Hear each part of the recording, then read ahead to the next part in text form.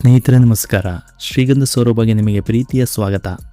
ನಾರ್ವೆಯ ಸುಪ್ರಸಿದ್ಧ ಪತ್ರಿಕೆಯಾದ ಆಫ್ಟನ್ ಪೋಸ್ಟನ್ ದಿನಪತ್ರಿಕೆಯು ಮೋದಿಯವರನ್ನು ಹಾವಾಡಿಗನಂತೆ ಚಿತ್ರಿಸಿರುವ ವ್ಯಂಗ್ಯ ಚಿತ್ರವೊಂದನ್ನು ತನ್ನ ನಿಯತಕಾಲಿಕೆಯಲ್ಲಿ ಪ್ರಕಟಿಸಿದೆ.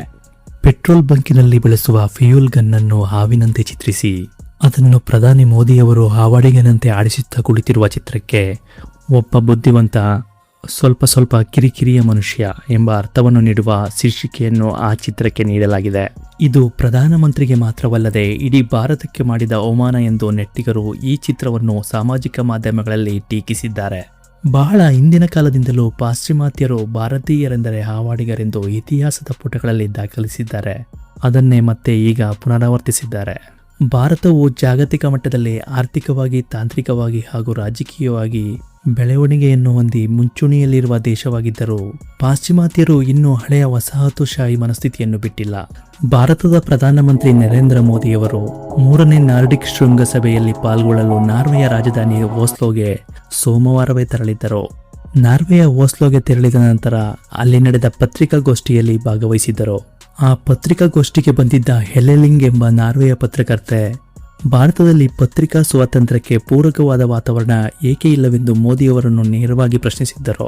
ಅದಕ್ಕೆ ಯಾವುದೇ ಉತ್ತರ ನೀಡದೆ ನರೇಂದ್ರ ಮೋದಿಯವರು ಅಲ್ಲಿಂದ ನೇರವಾಗಿ ತಮ್ಮ ವಾಸ್ತವ್ಯಕ್ಕೆ ತೆರಳಿದರು. ಪತ್ರಿಕಾಗೋಷ್ಠಿಯಲ್ಲಿ ನಡೆದ ಈ ಘಟನೆಯನ್ನು ಪತ್ರಕರ್ತೆ ಹೆಲೆಲಿಂಗ್ ರವರು ಸೋಷಿಯಲ್ ಮೀಡಿಯಾದಲ್ಲಿ ಅಪ್ಲೋಡ್ ಮಾಡಿದ್ದರು. ಈ ಪ್ರಸಂಗವು ಅಂತಾರಾಷ್ಟ್ರೀಯ ಮಟ್ಟದಲ್ಲಿ ಬಹಳ ಚರ್ಚೆಯಾಯಿತು. ಆನಂತರ ಭಾರತದ ವಿದೇಶಾಂಗ ವ್ಯವಹಾರಗಳ ಸಚಿವಾಲಯದ ಕಾರ್ಯದರ್ಶಿ ಸಿಬಿ ಜಾರ್ಜ್ ರವರು ಭಾರತವು ವಿಶ್ವದ ಅತಿದೊಡ್ಡ ಪ್ರಜಾಸತ್ತಾತ್ಮಕ ದೇಶವಾಗಿದ್ದು ಇಲ್ಲಿ ಮಾಧ್ಯಮ ಸ್ವಾತಂತ್ರ್ಯಕ್ಕಾಗಲಿ ಹಾಗೂ ಸಂವಿಧಾನಾತ್ಮಕ ಬದ್ಧ ಹಕ್ಕುಗಳಿಗಾಗಲಿ ಯಾವುದೇ ತೊಂದರೆ ಇಲ್ಲ ಹಾಗೂ ಅವುಗಳಿಗೆ ಸುಭದ್ರತೆಯ ವ್ಯವಸ್ಥೆಯನ್ನು ಕಲ್ಪಿಸಲಾಗಿದೆ ಎಂದು ಅರ್ಥೈಸಿದ್ದರು. ಈ ಘಟನೆಯಾದ ನಂತರ ನಾರ್ವೆಯ ದಿನಪತ್ರಿಕೆಯು ಮೋದಿಯವರ ವ್ಯಂಗ್ಯ ಚಿತ್ರವನ್ನು ಪ್ರಕಟಿಸಿದೆ. ಪ್ರಧಾನಿ ಮೋದಿಯವರು ನಾರ್ವೆಯ ಭೇಟಿ ನಂತರ ಇಟಲಿಗೆ ಭೇಟಿ ನೀಡಿದ್ದಾರೆ.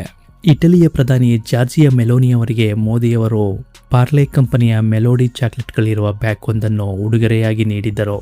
ಈ ಉಡುಗೊರೆಗೆ ಮೆಲೋನಿ ಅವರು ಮೋದಿಯವರಿಗೆ ತಮ್ಮ ಇನ್ಸ್ಟಾಗ್ರಾಮ್ ಖಾತೆಯಲ್ಲಿ ಧನ್ಯವಾದಗಳನ್ನು ತಿಳಿಸಿದ್ದಾರೆ. ಈ ವಿಚಾರವು ಸಾಮಾಜಿಕ ಜಾಲತಾಣದಲ್ಲಿ ವೈರಲ್ ಆಗಿದ್ದು ಜನರು ಕೂಡ ಅದಕ್ಕೆ ತಮಗಿಷ್ಟದಂತೆ ಪ್ರತಿಕ್ರಿಯಿಸಿದ್ದಾರೆ. ಈ ಮೆಲೋಡಿ ಎನ್ನುವ ಪದದ ಟ್ರೆಂಡ್ ಈಗಿನದಲ್ಲ.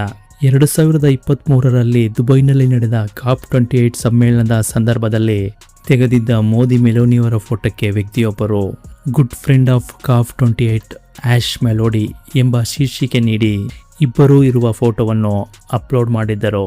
ಆಗ ಅದು ವೈರಲ್ ಆಗಿತ್ತು. ಆಗಿನಿಂದಲೂ ಈ ಮೆಲೋಡಿ ಎನ್ನುವ ಪದ ಟ್ರೆಂಡ್ನಲ್ಲಿತ್ತು.